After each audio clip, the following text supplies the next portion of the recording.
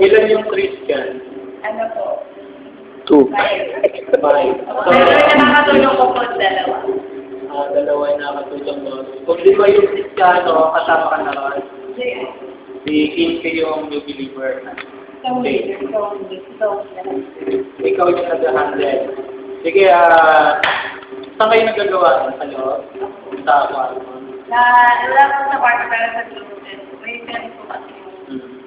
Okay, so ano natin, no? May friend kayo, nagpaalam kayo.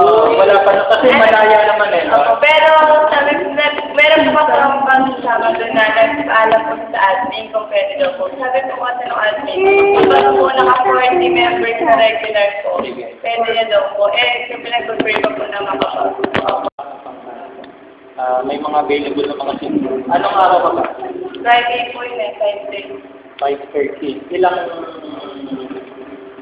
isang oras lang? 45 minutes. Ano po? Minsan mo 1 Matagal po kasi testimony. So ano yung sistema ngayon?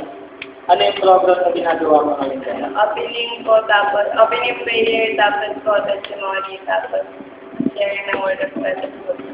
Wala pa po. Wala pa muna. Okay, i-maintain mo yon. Tapos, ang tinuturo mo ngayon, tapos na kayo ng sagot. Okay. Gagawan ko ng kasi nag-isip pa nga na, hindi pa, nag-iisip pa kasi ko ng mga lesson na pwede yun. Salvation na yung inano mo, di ba? I-ano mo muna doon sa after ng salvation kung ano yung dapat. Yung, i-assure mo yung Salvation.